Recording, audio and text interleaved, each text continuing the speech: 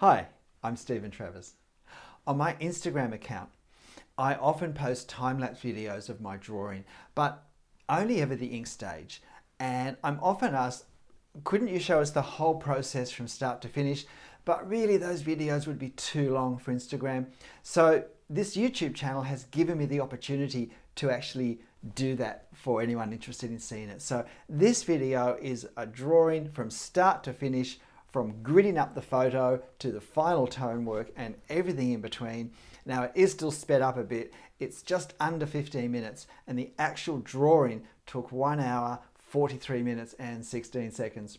So it still is compressed, but there's much more opportunity to see what I'm doing, and I talk through my process as I do it. So I hope it's really interesting for all those who wanted to see how I do one of my drawings from start to finish. Let's go. I start by drawing a 4x4 grid on my reference photo. I often get the numbers wrong. This is actually the second attempt to do this on the second print of the photo. It's a photo of the concierge in Paris. And so with a ruler I draw that on, and then I remove the excess paper because I just find it gets in the way. If I'm drawing an actual size, the quickest way is just to run around and put the dots on the paper that way, and then I draw up the boxes. So I have 16 boxes, and in some ways I use each of those boxes as like a small page, and I look at what's within the box, and I use the frame of the box to position whatever's within that more accurately. And so particularly I position lines that are very close to these lines because they're the ones that are easiest to get most accurate. And so sometimes I'll even draw a particular box. I'll put another 4 boxes within it. I'll divide it in half both ways on the photo and on my paper, where there's a lot of detail that it's really important to get very accurate. So it's only 4x4 because that's what I choose. You could use any number of boxes you want. The important thing is to keep the proportions the same, and you can also use this method to increase or decrease the size. So you could halve the size of the boxes to make your drawing half the size of your photo, or vice versa. So I'm looking in each box and working across. I often try and start with the main lines, either vertically, horizontally, or the main perspective lines.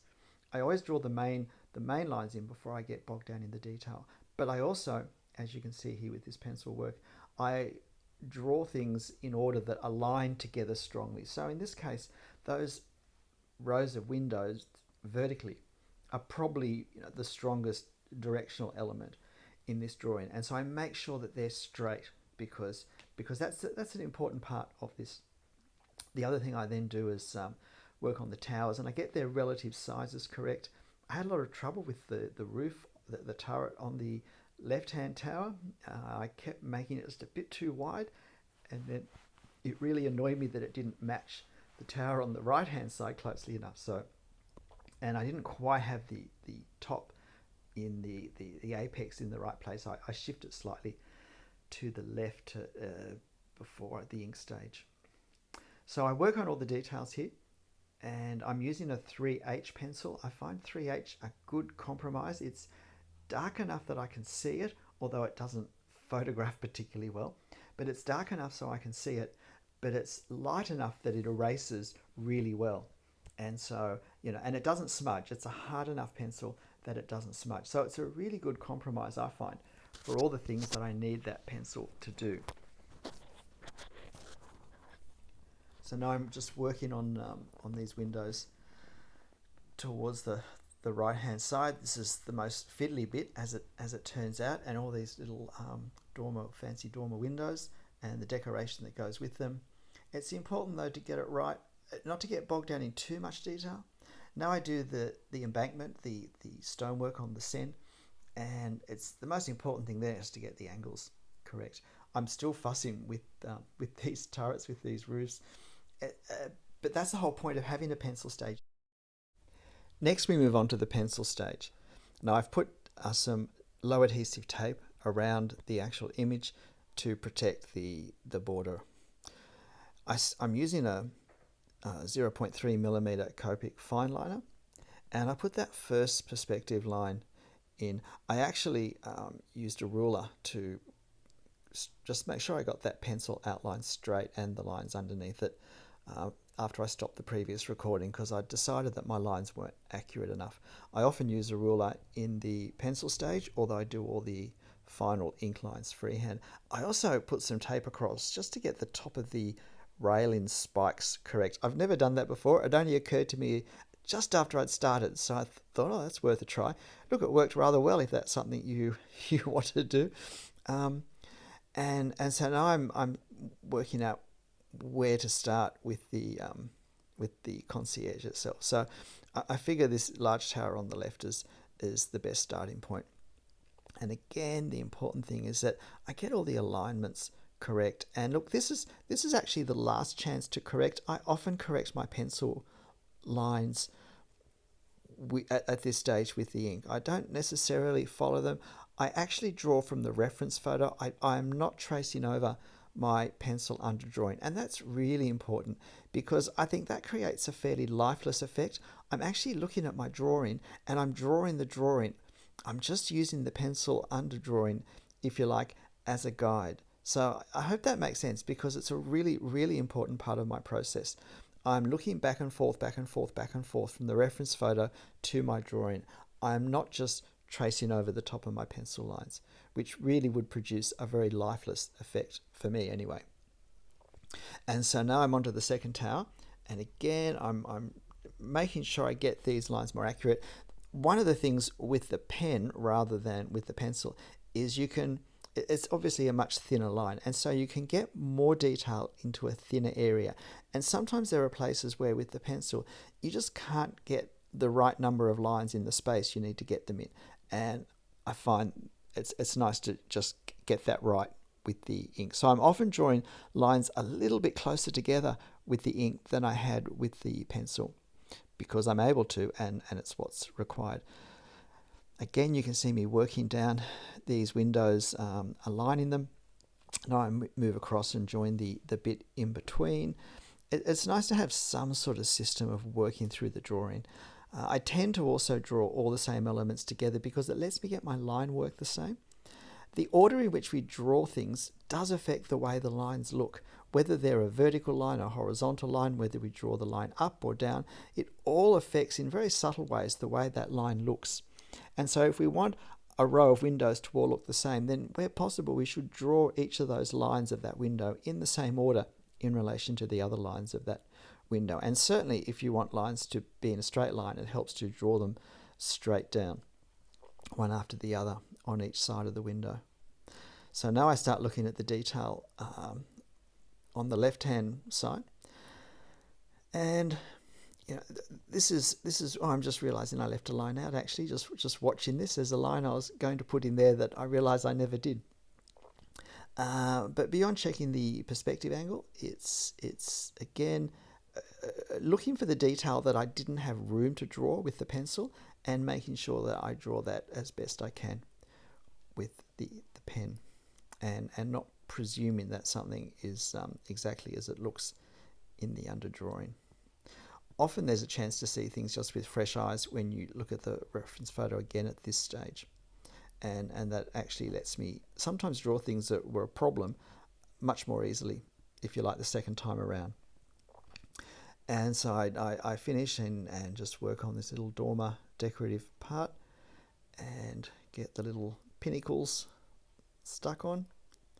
And again, I tend to do all that sort of thing at this scale with a light touch, because it's not a focus point, and if we overwork it, we can make it look too busy, too heavy. So now I do this turret, the roof of the tower that caused me so much problem when I was trying to do the pencil drawing. And it's always a relief when those major elements get done, because there really isn't much room to make a mistake there. But I did work on them a lot with the pencil. And so now just filling in some more detail, and I'm starting to feel good about this now. We're getting closer towards the tone stage. These chimneys weren't straightforward. They were a bit of a problem to just fit in. But again, I found once I was working with the ink, it was easier to fit the detail in. There was just a little bit too much. You see me there with the pencil. If I think I need to work with pencil, at this stage, even though it's predominant, I'm doing the ink outline, I'll pick up the pencil, and sometimes I'll find a bit that I just forgot to do, or else I realize that I'm not happy with it, and I'm not wanting to rush the pen stage without redoing the pencil stage, in fact. So it's just whatever I think will work to produce the best drawing at the end. I mean, my process is not the master. Producing a good drawing is the focus. So I keep modifying my process on any given drawing with what will give me a good drawing at the end, what will give me a good result. And again, you can see how I line up all these windows. The order in which I do things is part of what helps me keep accuracy in all the repetition of a lot of the architecture that I draw. In fact, this is a relatively simple subject, which was part of the reason why I chose it, but it's beautifully proportioned. These are magnificent towers, and they are one of the earlier structures in Paris. And on our last trip, we did get to go in them, and there's some great photos inside. Of course, this is where Marie Antoinette spent her final days. And so now these final pinnacles on these little dormer windows here, and having drawn them firstly already made it a bit quicker. This last chimney on the roof, and then this roof, and now we're getting pretty close to the end, and I'm starting to think about the tone work as I finish this. And the final thing is just thinking about this stone wall on the bank of the Seine. And I know that I'm going to mostly do this with tone. The line work isn't going to be particularly important, but I do want some of these lines just to help me line up my tone when I put it on more carefully. So I spend a bit of time doing this. There's no point rushing. These are like the leaves on a tree, this stone wall. It's no easier or harder than the rest. It requires just as much attention, energy, focus, and possibly time. And then finally it's all done. I erase the pencil lines, which is always great. It's like giving the drawing a bath. And now I'm ready for the tone. And now for all the fun of the tone. I've printed off a black and white copy of this picture, which I often do to use in reference for the tone. And I also have a look at the little colour chart I've made of my Copic sketch marker neutral grey tones to work out the best starting point. Tonal values are all relative to each other, so it's not so much what any one tone we use is, but its relationship to the other tones that matter. I start with a 4 on the left there, which is sort of one of the darker areas. I like to get a good range of tones, so I want to be able to go from 0, 1 through to 4 in this drawing, and a few highlights in 5. So I just use a 0 then for that center line down the left tower there, but mostly a 1 on that tower, and then a 2 on the left-hand side of the tower.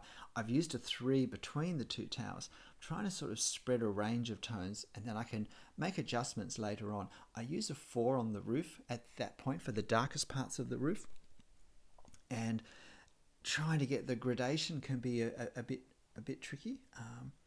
I have put a pencil outline for some of these hard edges with the shadow. I don't always do that, but where there's hard edges of shadow that are significant and visually important, I do, because I've learnt from experience it's just easy to fudge them, and having them nice and sharp and tight can really help a drawing come alive in terms of its three-dimensionality. So I'm working through all this. There's the roof now with a 4, a 5 on the left-hand side there. And now I'm kind of really doing adjustments back and forth, back and forth, back and forth. And now I start to do this stone wall in the front on the banks of the Seine. And I'm laying all these lines, and really the important thing with those is that the perspective is correct. And then I start to suggest individual stones with more tone, with darker tone. And again, this is something that you can't rush, you can't shortcut. It takes probably, half the time it took me to do all the rest of the tone. So it's important just to give everything the time it needs to have the finish that you want. You can't expect to get a good finish if you rush something. Nothing is less important in terms of the overall impact of the drawing than anything else. So I go back and forth and keep working on the tone. I keep making it darker and darker because I realize it looks better the darker it is, and the more stonework I put on it. And then I remove the tape, which is, the great reveal, which is always fun. And just erase any last few bits of pencil, and there it is. Having a look, always adjustments to be made, often with the very darkest tones, as I've just done there with an N5, and a bit more tone around the windows with an N2. And then I'm really happy with this. I must admit, I'm happier with some drawings than others, but this one I think worked out really nicely. What do you think? Well, how did you find that? I hope it was interesting, but more than that, I hope it was helpful, and I hope it was encouraging for you to go and draw your own drawings in ink to in some way inform your own art process. And whatever you do and however you do it, make sure you have fun. I'll see you next time. Bye.